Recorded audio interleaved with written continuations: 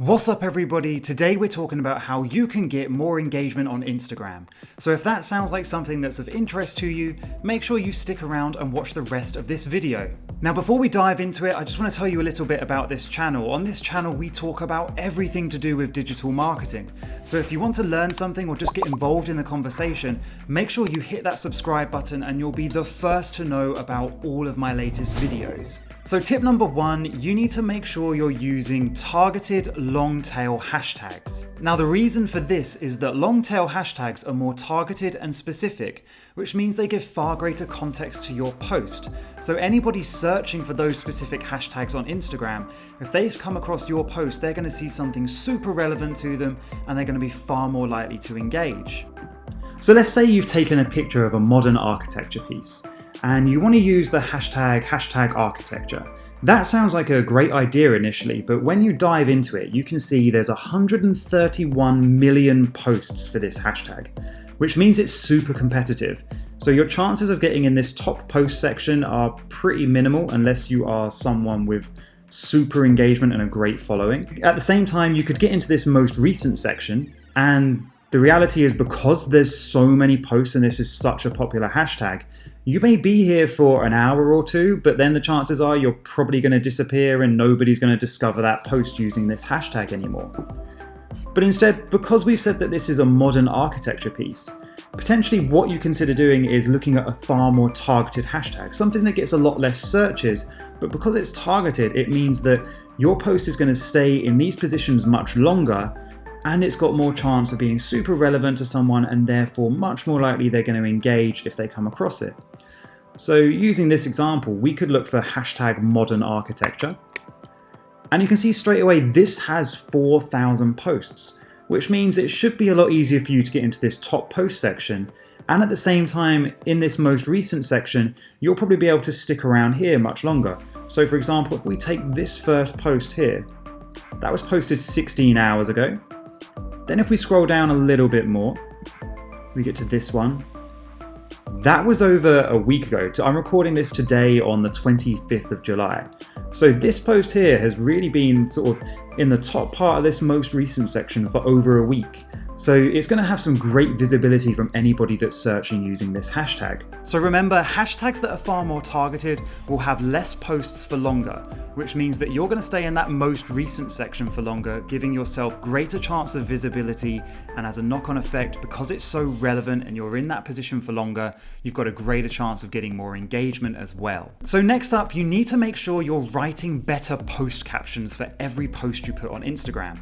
It can be really tempting to just put up a picture and let the picture do the talking for you. But in fact, posts with captions tend to get more engagement than posts without captions. And the reason for this is that good post captions can be used to set context. They can really show the personality of you and your brand. And most importantly, they can be used to encourage engagement. So you can look at your post caption and think about setting that scene, but also maybe ask your audience a question in that post. Do something that's going to make it so easy for them to engage. So a great way of encouraging more engagement using post captions is simply just to ask a question. So when you do your next post, make sure you use a caption, ask people a really simple question. It could be just as simple as a yes or no answer, but ask them that question and that's going to make them think about engaging with you more than just if you leave that section blank. At the same time, maybe you don't ask a question, you could just use a thought-provoking statement. Just something that gets people thinking and encourages them to want to engage and post a comment on your post. Just remember, do not underestimate the power of captions to increase your engagement on Instagram. So another thing you need to make sure you're doing is that you're using Instagram stories daily. Now, Instagram, much like near enough every other social media platform, is constantly changing its algorithm, and you're seeing things like your organic reach of your posts dramatically decline. Now, a way to get around this is to use stories. Stories, they appear for 24 hours and they sit at the top of that person's Instagram feed. So they're constantly there, top of shot for that person. So if for whatever reason they miss your post in their feed because of maybe an algorithm change or they've just scrolled through too quickly and just not noticed it, hopefully they'll get that second chance and they'll see something in your story as well, and then that will give them another opportunity to come back to your account profile page or just engage with you. A great thing about stories compared to your standard Instagram post is they offer so many more chances for engagement than posts. On your standard Instagram post, you're really looking for somebody to just double tap to like the post or leave a comment. However, with stories, you can use polls, you can ask questions, and you can do so much more to drive engagement on your stories than on your posts. So don't forget about your stories when you're thinking about Instagram engagement. It can be really easy just to think completely about getting more likes and comments on your posts, but the reality is stories are getting more and more visibility and they're becoming a really important part of your Instagram marketing strategy.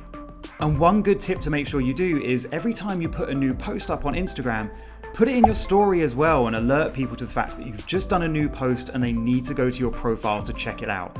That's going to help you get more reach of your posts and ultimately more engagement as well. Now, if you've already built up some kind of following and people are leaving comments on your post, you need to make sure you respond to those comments as soon as possible. Just by responding to your comments, it's a really great way of keeping that conversation going. When people comment on your post, they're giving you their opinion, they're maybe asking a question, and that requires a response from you. Otherwise, the conversation is just really one-sided on the way of your audience, and they're going to be really bored and far less likely to want to engage with you in the future. So just by giving them a little bit of love and responding to their comments, even if it's just a thumbs up or a thank you, that's going to encourage more engagement in the future, and they feel like they're having a conversation with you on a two-way street. So social media usage is constantly increasing. It's getting to the point now where it feels like we spend a good chunk of our lives on our phones looking at Instagram and a majority of other social media platforms. But the reality is we don't spend every waking moment on Instagram. So with that in mind, you need to make sure you're testing the best time to post. Your audience might be most active at 8 a.m. while they're on the train on the way to work, but somebody else's audience might be more active at 8 p.m. straight after they've finished eating their dinner and they're just sitting in front of the TV scrolling through their phone. The reality is that everybody is different and no one person's behavior is always the same as somebody else's. So that's why it's really important for you to test which times of the day and which days of the week are most popular for you to post on Instagram. Just by testing that time of your post, you're going to get your post live in front of more eyeballs at the right time, which is then going to give you a greater chance of getting engagement on that post.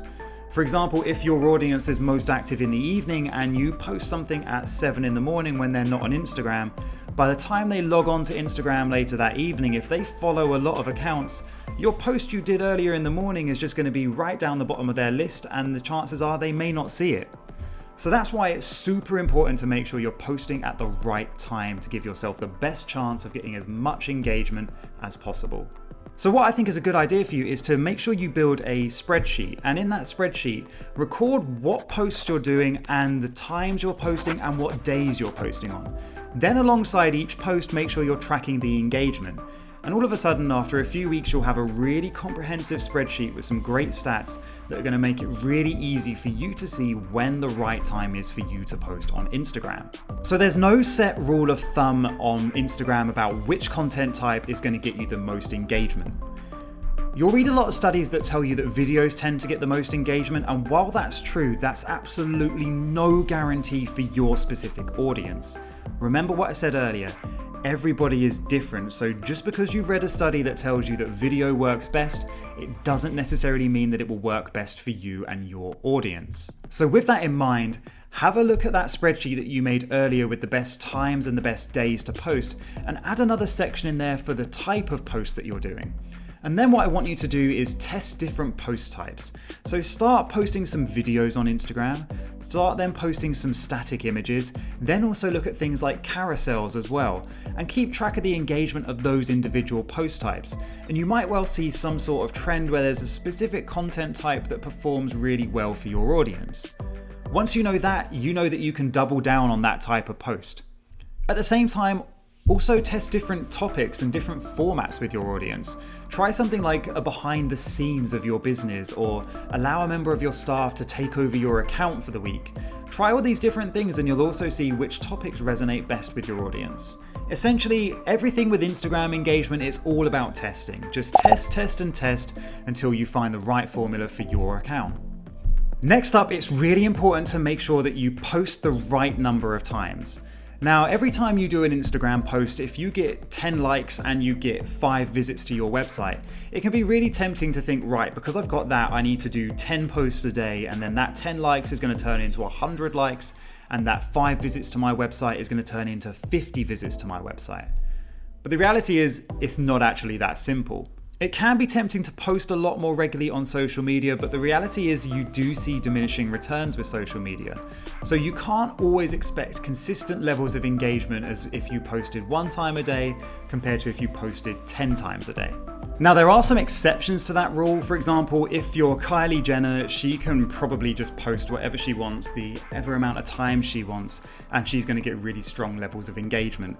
But you're not Kylie Jenner, so bear that in mind. Just because you think that you want to post 10 times, it doesn't necessarily mean you have 10 times a day worth of value to provide to people. So get that balance right by testing the amount of times that's right for you to post during a week. I would say you need to try and look at posting at least once a day, if not 2 to 3 times a day. But anything more than that tends to get quite excessive. So unless you've got a really loyal following, you might see that you'll get those diminishing returns. And more importantly, you might just start to turn off your audience rather than engage with your audience. So finally, you need to make sure you're not just resting on your laurels. If you're doing well, there's always something more you can do. And one thing you need to be thinking about is always finding new ways to engage with your audience. So a few things you could do is, number 1, you could think about doing a takeover. So if you are a company and you have a few members of staff, you could allow each member of staff to take over your Instagram account for a day or even for a week.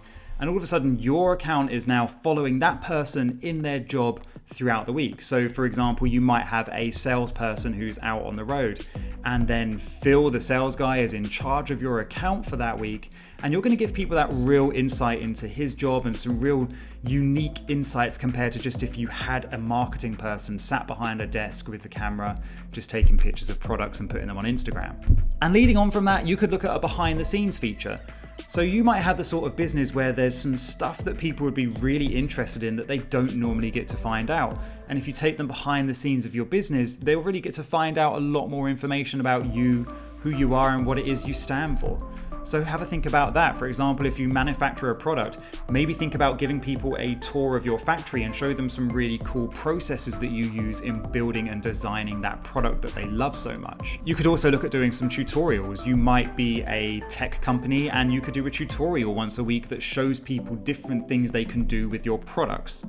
You could do that in a video, or you could maybe even get really creative and do a carousel post that turns into a tutorial for a specific topic. Essentially, don't be that person that stands still. Constantly look at new opportunities and new ways that you can engage with your audience, and you will really see the rewards of that. So that's it. I really hope you enjoyed the video, and I will make sure that I see you next time.